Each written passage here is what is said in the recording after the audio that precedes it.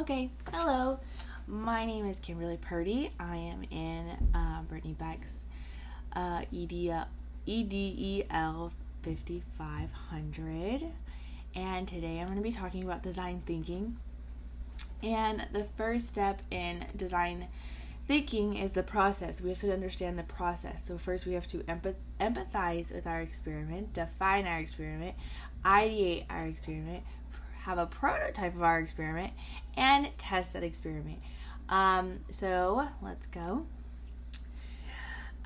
Two of the main things that make design thinking stand out or make it different is one, staying user-centered or human-centered is another way of saying it.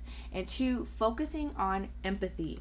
It's really important that we follow through each of the steps of the process so that way we can have more of an outcome with our students. So during this task, I performed the lesson that was in, where did I put them? Was in our slides. And let me show you. We talked about the morning. So I am with a group of second graders, and writing is kind of a challenge. So the first artifact that I have would be here. Without really knowing that we were going to draw a picture at one point, she drew a picture to describe how she felt about her morning routine. And as here you can see that her answers, so she wakes up at 7 for school. She eats breakfast, feeds her animals, and then she gets ready. One thing she doesn't like is having to wake up in the mornings. So her solution, as you can see here, is a drawing, and she put like her animals. So she wanted her animals to wake her up. She felt like as a solution that would be better, and I didn't want to overwhelm my students so much, so I did not have them come up with 4 solutions. I only had them come up with 1 and then label them on their picture. So that was one of my students. Here it is. Another one of my students says that she has to sometimes get up at 3 o'clock to wake up because her mom goes to work so early, and another reason why she has to get up so early is because her sister cries. So that was one of her problems in her morning routine, is that her sister cries a lot in the morning.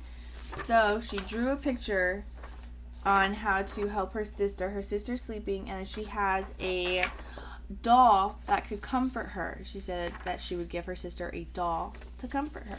So I thought that was very sweet to help her sister in the mornings. Another one of my students, where is hers? A lot of my students don't like waking up in the morning. That's like their main problem.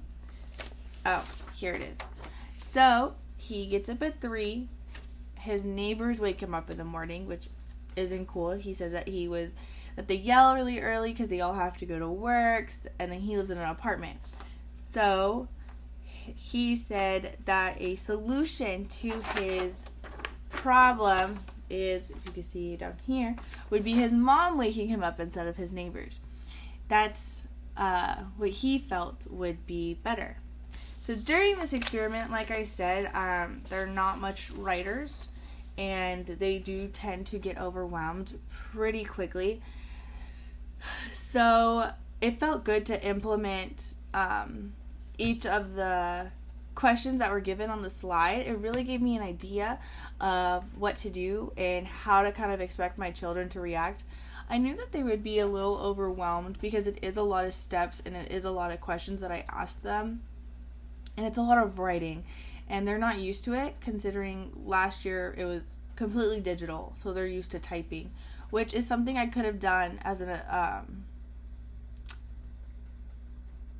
another opportunity, was for them to type it out and then to maybe Google image a picture that represents it.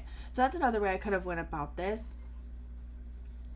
The design process is the design thinking process is very similar to the scientific method, but as stated, I can't remember her name, as stated in one of our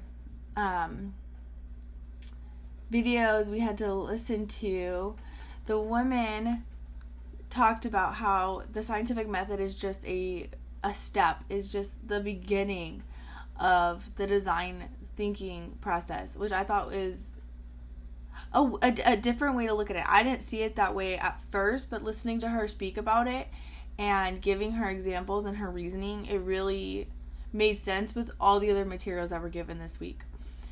And then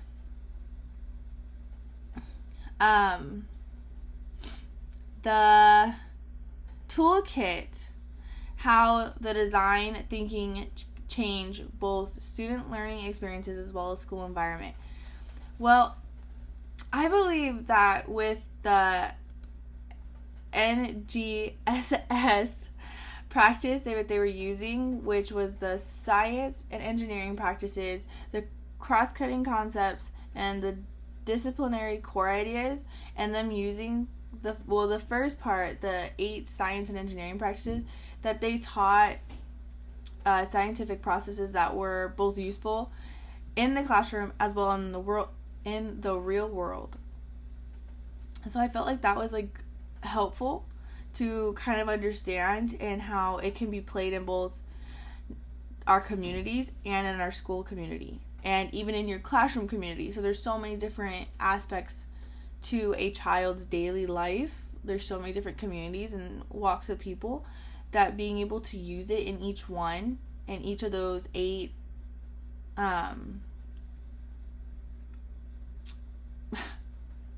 the 8 steps would help our students. Oh, Naomi, that's what I was thinking of. Naomi was from earlier, and how she